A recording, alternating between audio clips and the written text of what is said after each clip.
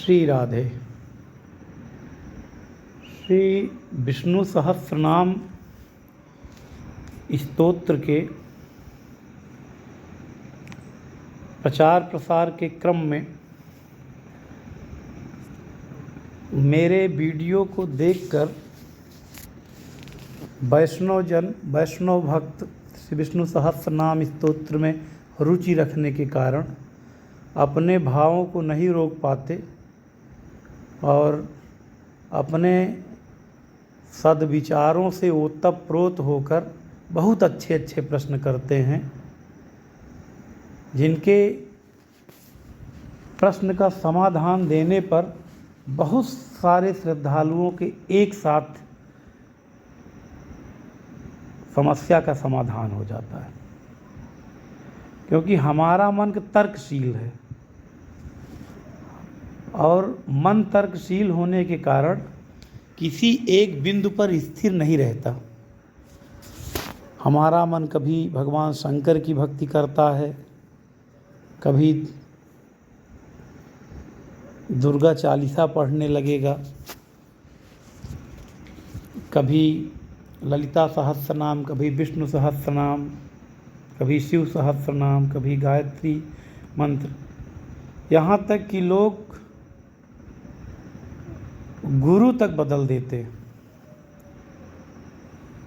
जबकि शास्त्रों में साफ साफ लिखा है कि गुरु का दर्जा ब्रह्म से भी बड़ा कहा गया है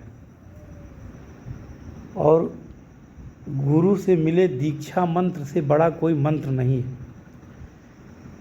दीक्षा मंत्र को मंत्राज कहा गया है, किंतु भ्रम में आकर, किसी के बहकावे में आकर या किसी से प्रभावित होकर लोग गुरु तक बदल देते हैं। जबकि हमारी निष्ठा स्थिर होनी चाहिए और इसके पीछे सत्संग न होना ही सबसे बड़ा कारण है।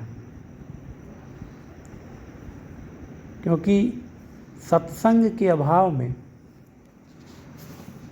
हम शास्त्र का ज्ञान पुस्तक पढ़कर प्राप्त कर सकते हैं, वो पढ़ने की आदत नहीं होती।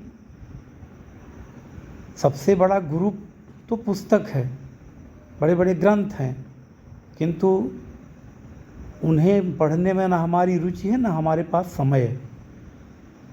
और आजकल का जो युग है, समय है, उसमें मोबाइल ही हमारा सबसे बड़ा गुरु है। क्योंकि जब हम सो रहे हैं तब भी ये मेरे हाथ में रहता है, यात्रा में होते हैं तब भी रहता है, भोजन करते तब भी रहता है, किसी भी अवस्था में हमारे साथ रहता है। तो हमारे जैसे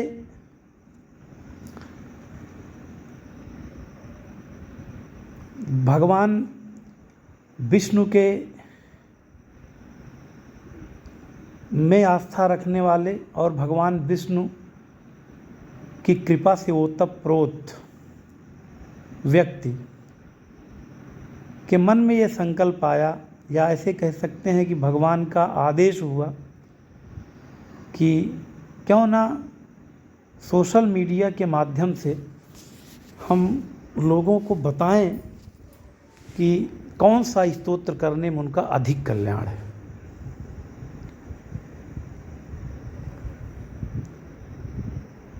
तो हमने विष्णु सहस्त्रनाम स्तोत्र, क्योंकि मैं स्वयं करता हूँ, स्वयं का अनुभव है। पहले मैंने धीरे धीरे समाज को बताया, अपने इष्ट मित्रों को बताया, रिश्तेदारों को बताया। स्वयं मैं बहुत लाभान्वित हुआ, मेरे रिश्तेदार भी हुए, मित्र भी हुए, जिन्होंने मेरी बात मानी, मेरे ऊपर विश्वास किया। धीरे धीरे जब सोशल मीडिया पर आया तो बहुत से भक्तों के कमेंट्स आते हैं, बहुत लोग निजी व्हाट्सएप करते हैं। अभी आज एकादशी की बात है, बहुत लोगों के व्हाट्सएप कमेंट आए हैं कि गुरुजी कल मैंने आपकी पोस्ट देखकर 21 पाठ का व्रत लिया था, 11 पाठ का व्रत लिया था। किसी ने लिखा कि मैं 8 ही पाठ कर पाया, कोई 5 पाठ कर पाया, कोई 7 पाठ किया। एक ही पाठ हुआ हो, 1000 नाम की पूंजी तो बन गई। और मुझे बड़ी प्रसन्नता होती है जब मुझसे प्रेरित होकर कोई भक्ति करता है, पाठ करता है।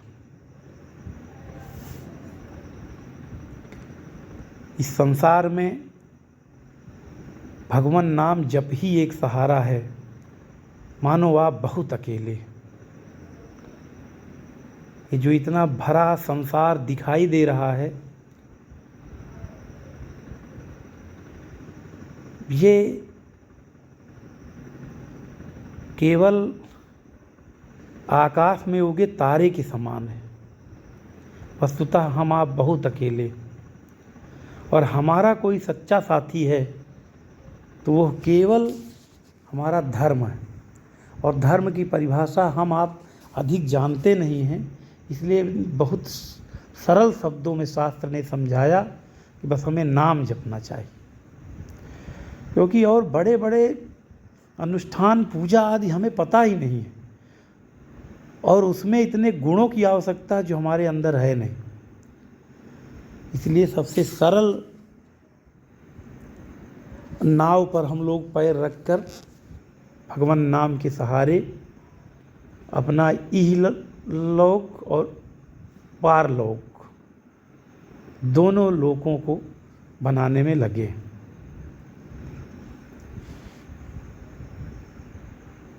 आज एक प्रश्न अभी मैं देख रहा था,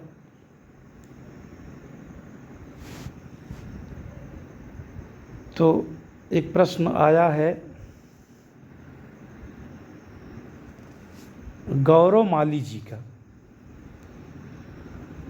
इन्होंने लिखा है कि गुरुजी, मुझे जानना है कि विष्णु, शिव, ललिता, गायत्री, गोपाल, गणेश, राम, हनुमान, दुर्गा, काली, इन सारे सहस्रनाम स्तोत्र में सर्वश्रेष्ठ और सारे देवी देवता के सारे सहस्रनाम स्तोत्र एक ही सहस्रनाम स्तोत्र में आते हो तो वो कौन सा स्तोत्र है? सारे स्तोत्र का सार एक ही स्तोत्र में प्लीज गुरुजी बताने की कृपा करें।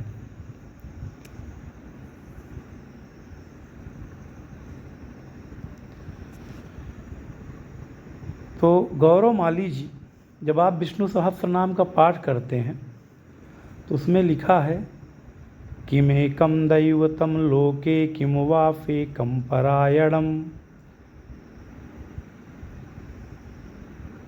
इसको मैं हिंदी में बताता हूँ। भगवान चाहते तो युधिष्ठिर को और पांडवों की तरह ज्ञान दे देते। भगवान से अधिक ज्ञान देने वाला कौन है? अर्जुन तो धनुष बाण फेंक चुके थे। महाभारत प्रारंभ होने से पहले ही समाप्त हो गया था, क्योंकि सारा युद्ध तो अर्जुन के ऊपर टिका था। लेकिन भगवान ने समझा बुझाकर उनको खड़ा किया और युद्ध करवाया। युधिष्ठिर को भी चाहते तो स्वयं विष्णु सहस्रनाम के बारे में बता देते, लेकिन वे जानते थे कि हम इनसे छोटे हैं और इन्होंने हमें हमेशा अनुज रूप में देखा है, तो हम कितना भी ज्ञान दे देंगे इनके समझ में नहीं आएगा। इसलिए वो पितामह के पास ले गए और पितामह ने श्री विष्णु सहस्रनाम के बारे में उन्हें तब बताया जब महाराज युधिष्ठिर ने पूछा किम एकम दैवतम लोके किम वाप्येकम परायणम, कि हे पितामह, ऐसा कौन सा स्तोत्र है या ऐसी कौन सी पूजा या ऐसा कौन सा धर्म है जिसे करने के बाद हमें और धर्म और पूजा पाठ की आवश्यकता न पड़े। तो पितामह ने, सदैव अजय रहने वाले पितामह, कभी हारे ही नहीं, और द्वादश महाभागवत में नाम आता है ऐसे पितामह ने उन्हें एक ही बात समझाई कि हे युधिष्ठिर, तुम केवल विष्णु सहस्त्र नाम का पाठ करो बस, और तुम्हें न कोई यज्ञ करना है, न अनुष्ठान करना है, न कोई पूजा करना है, न कोई पाठ करना है। श्री विष्णु सहस्त्र नाम स्तोत्र एक ऐसा स्तोत्र है जिसमें सभी मंत्र, सभी देवी देवताओं की पूजा सम्मिलित है। अब जैसे आपने लिखा गौरवमाली जी, विष्णु तो आपने लिखा, हम विष्णु सहस्त्र नाम के बारे में बता ही रहे हैं। शिव सहस्त्र नाम पूरे वेद शास्त्र उठाकर देख लीजिए, श्री रामचरितमानस देखिए जो सहज उपलब्ध है, श्रीमद् भागवत देखिए, भगवान शंकर ने बार बार एक ही बात ही कही। स्वयं दिन रात भगवान का भजन करते रहते, राम राम जपते रहते। ललिता जी अर्थात दुर्गा जी, काली जी, ये सब आदिशक्ति माता पार्वती जी के ही रूप हैं।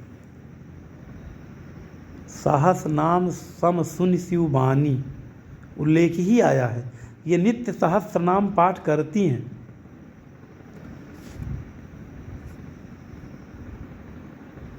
गोपाल भगवान का ही रूप है, जो 1000 नाम हम पढ़ते हैं वो भगवान विष्णु के ही रूप हैं। गणेश जी,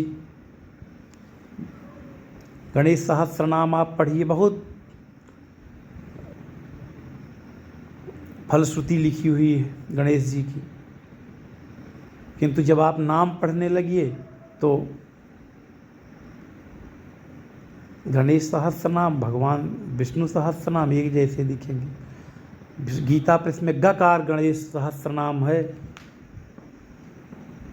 जब गणेश उत्सव आता है तो हम लोग गणेश सहस्त्र नाम अलग से पढ़ते हैं, आप भी पुस्तक खरीद कर पढ़िए। लेकिन नित्य पाठ करने के लिए विष्णु सहस्त्र नाम से अच्छा स्तोत्र कोई नहीं। हनुमत सहस्त्र नाम, हनुमान जी स्वयं दिन रात भगवान राम राम राम राम कहते रहते हैं। दुर्गा जी, काली जी, तो सभी देवी देवता तो सहस्त्र नाम पढ़ ही रहे हैं, श्री विष्णु सहस्त्र नाम स्तोत्र। तो इसलिए आपके प्रश्न का इतना ही उत्तर है कि आप केवल श्री विष्णु सहस्त्र नाम स्तोत्र का पाठ कीजिए, उसी में समस्त जितने देवी देवता आपने लिखे हैं सबके सहस्त्र नाम आ जाते हैं, और श्री विष्णु सहस्त्र नाम का पाठ करने से सबके सहस्त्र नाम का पाठ हो जाता है और सबकी कृपा आपको प्राप्त हो जाती है। जय श्री राधे।